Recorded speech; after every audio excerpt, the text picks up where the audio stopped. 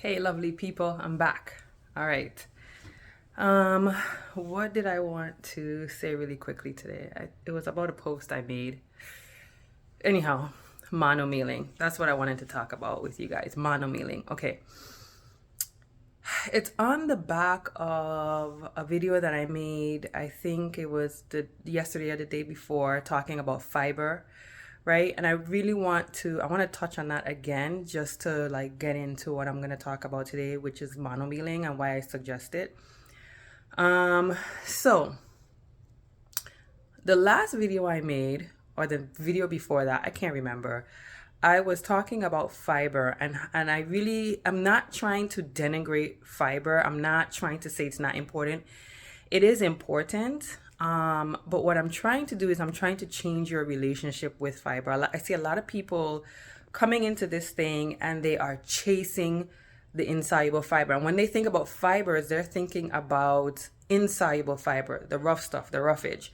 And I see a lot of people, they're coming into this thing and they're chasing a ton of fiber because they heard that, that's what makes a great microbiome. I see a lot of people out here getting tested too, which I think is, as someone that came from the lab industry. I was a pathology manager for years, and I wouldn't waste my time with that type of stuff. That's just me. Okay. If you want to know why, or if you want to get into that, that would require a whole nother video, because that would require me expressing my thoughts as a former manager in a lab. I'm just telling you, it's a business. You don't need it. It's really not necessary. If your microbiome is off, you'll know. And you really don't need a test. And you should think about what happens to the data, and what happens to your biological material, who has ownership of it, where does it go, etc., etc. Okay? Anyhow, I'm not trying to go down that train. Do as you want. Do whatever you want. That it ain't for me. Just remember 23andMe, y'all. Just remember 23andMe. Okay. So, yeah, the fiber. Yeah, I see so many people chasing fiber. They're chasing after fiber because they think fiber is good for certain things, but the things that's being attributed to it, it's really not that. Okay, so you do need fiber, but not for those things. Not only that, there's different types of fiber, and the fiber I'm most interested in is the one that is soluble. I'm very interested in soluble fiber, and I'm interested in the water that comes with that soluble fiber. Okay, that's that's the star of the show, if you ask me, and that's what you need in larger quantities, more so than the insoluble fiber. The insoluble fiber, you don't need that in very large quantities. Okay. Yeah, your microbiome feeds on it. It's food for the microbiome. It does not sculpt the microbiome. You gotta separate the two. That's not what sculpts the microbiome. There's been studies done. I'm telling you, it's not the sculptor of the microbiome. Electromagnetism, light, air, and the water you're drinking, that's the sculptor of the microbiome. Microbiome just uses the fiber that you eat as food. All right, so that being said, change your relationship to, your mental relationship to fiber. And you don't have to chase tons of it. You don't have to chase inordinate amounts of it. You don't have to bust your guts trying to eat a whole bunch of insoluble fiber. Okay, so that being said, I encourage monomealing. That's what I do. It's how I eat my fruits. I do eat fruit salads. Like, I do smoothies, and I do eat fruit salads every now and again. But not every now and again. No, I'm not a big smoothie drinker. I'm more of a juicer. I do combine juice, but I don't do a lot of different combinations. Like, I see people doing, and there's nothing wrong with this, by the way, right? But I see people doing a lot of different combinations. That's not me. First off, I don't have time for that. I got 4 young kids. One is still breastfeeding. For me, it's easier to just take out a bag of blasted cherries and just eat it until I'm full. I'm done. When I'm hungry again, I go for bananas, or I go for mangoes, or I go for whatever, and I eat it. When I'm full, I stop.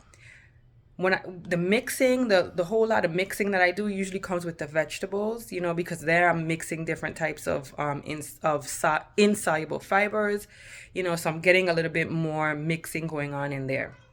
Now, monomealing is not restrictive eating, okay? And it doesn't diminish the variety that you get if you put your foods on rotation.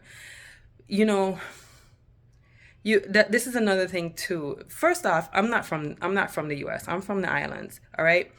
And I laugh at the things that Westerners think they coin, you know, like monomealing.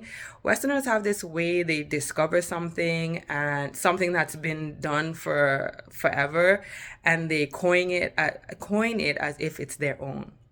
All right. So you guys call this thing monomealing. When I was growing up in the Caribbean, it was just eating. Okay. It was just eating. You know, when your mango tree, and a lot of people, they don't understand this because they buy all their fruits and veggies from the store. They don't get this. But when your mango tree bears fruit, it bears a lot, and it does it at the same time. When you sit under that tree to eat, you ain't cutting up no bananas with it or squeezing lemon juice on it. You're not doing none of that shit. You sit and you eat your belly full. And when your belly full, you stop. This was what we did. When you sit to eat coconuts under the tree, or when the Rasta man climb the tree and get the coconut for you and bust the coconut and give you just eating coconuts. You don't eat it, mix it up, this and that and blah, blah. Nobody don't have time for that. But you know, you all figured it out, and now you call it monomealing. Okay? And on top of that, now you guys have this thing where you guys call it restrictive eating. It's not restrictive eating. It's just eating, people. It is just eating. All right? I don't know where you guys get this idea from that it's restrictive eating. Restrictive eating is it's a different thing. It's psychological. That's completely different. What I'm referring to is eating, okay? Eating one thing at a time until you're full and you move on to something else. All right? This is how you get your variety. You eat one thing till you're full, you move on to something else. You get variety that way. You put your stuff on rotation. All right, so today you feel like eating mangoes and banana and watermelon. You eat them at different settings, okay? And then tomorrow you eat pineapple and papaya and cherries. How is that not variety? I don't understand. Why must I combine 20 fruits in order for you to think I'm not restricting myself and get variety? That's nonsense. That's not how it was done. That's not how I did it growing up. That's not how anybody did it growing up. And that ain't how it happens in nature. You ain't out there making fruit salads when the mango tree have a whole bunch of mangoes that need eating, or else they're gonna go bad. Okay? So I went on a rant because it's Westerners appropriate things and they just muck it up all the time. So stop chasing the fiber and stop chasing the variety and stop chasing in general. Just eat some food, eat some fruits and vegetables, monomeal it. If you're coming, I'm finally going to get to what I was trying to say after my long rant, right? The reason I suggest monomealing for the vast majority of people is because the vast majority of people have digestive issues, period, point blank, because they're coming from a regular diet, right? A regular Western diet. I don't want to say standard American diet because like Westerners all eat pretty similar, right? And so their digestive fire is not lit. It's on the low end, okay? A lot of people have low stomach acid. They think they have high stomach acid because they have ulcers and reflux, and so they think they have high stomach acid, but they don't. They have low stomach acid. I talked about that in another video. All right, low stomach acid, and then that trickles down into everything else, because if you have low stomach acid, it doesn't trigger bile production and release, and then you have issues digesting fats, and then you have issues digesting in your small intestines, and blah blah blah blah blah. All right, so a lot of people have digestive issues to begin with, okay?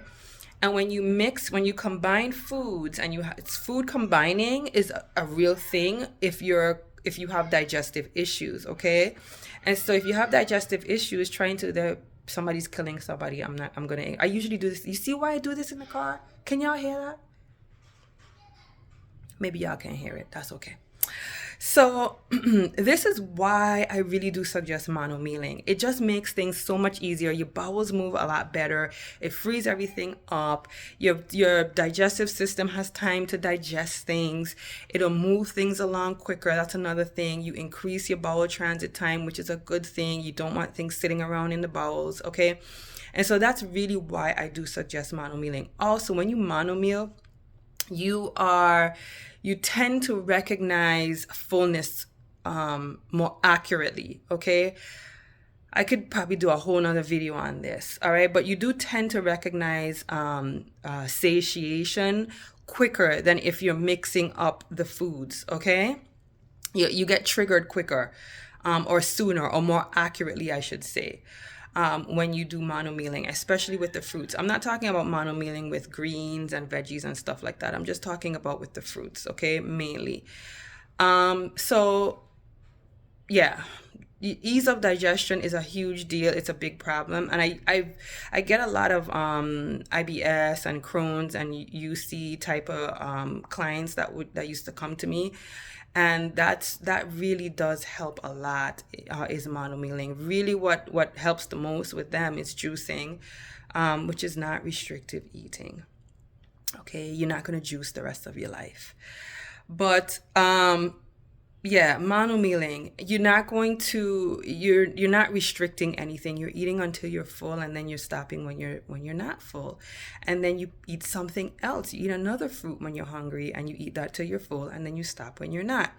Okay? So, no, it's not restrictive. Yes, you can get variety, and yes, your microbiome will do just fine. If you see imbalances, for instance, if you see skin issues, you know what I'm saying? If you're feeling digestive issues, if something is off, your microbiome is going to be off, okay? You don't need a test to tell you that. You have to start thinking holistically. Everything is connected. If one thing is off, it touches everything. Your body is not isolated, compartmentalized. We do that. Humans do that in order to try to understand things. We break things up and we look at them in parts. Your body is not compartmentalized, okay? Everything affects everything else.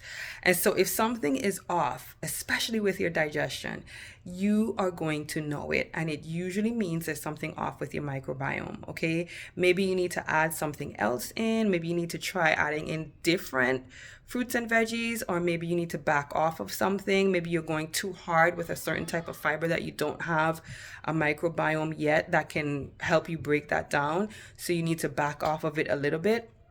All right, and introduce it. You see what I'm saying? Somebody's knocking. They hear me doing a video. They're knocking. You hear that? I'm coming. Okay, when I'm done, I'll let you in, okay? I know, I turned the AC on. I'm so hot. It's blowing everywhere. I want y'all to witness this. This is why I do the videos in the car. I can't even remember what I was saying. Yeah. Oh, yeah. If something's off, you'll know it. Back off of it for a little bit, and introduce it slower, smaller amount until you build up. You build up. The microbiome takes time to build up. It takes time to build the type of microbiome that you want. There's no one microbiome that's healthiest for all. And this is why I chuckle about that too. That's healthiest for all, okay? Because your microbiome has to reflect your environment. Period, point blank. This is a joke, this microbiome testing. I'm not going to go into it. Stop it. You're not going to go into it. But your microbiome has to reflect your geographical location, okay? And it's going to represent also your genetic lineage, okay? Because where did you get your original microbiome from?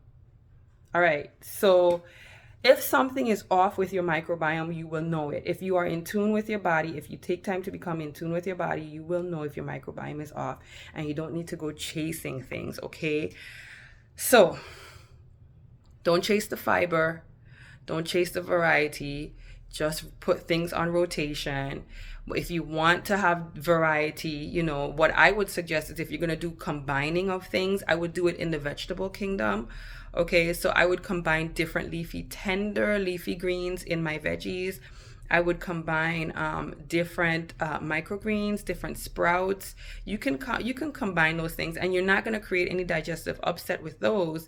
If you don't have inflammatory bowel disease of some sort, then you can do that. But if you have inflammatory bowel diseases, raw insoluble fibrous veggies is going to be a problem for you, okay? And you're going to have to back off of those and choose those.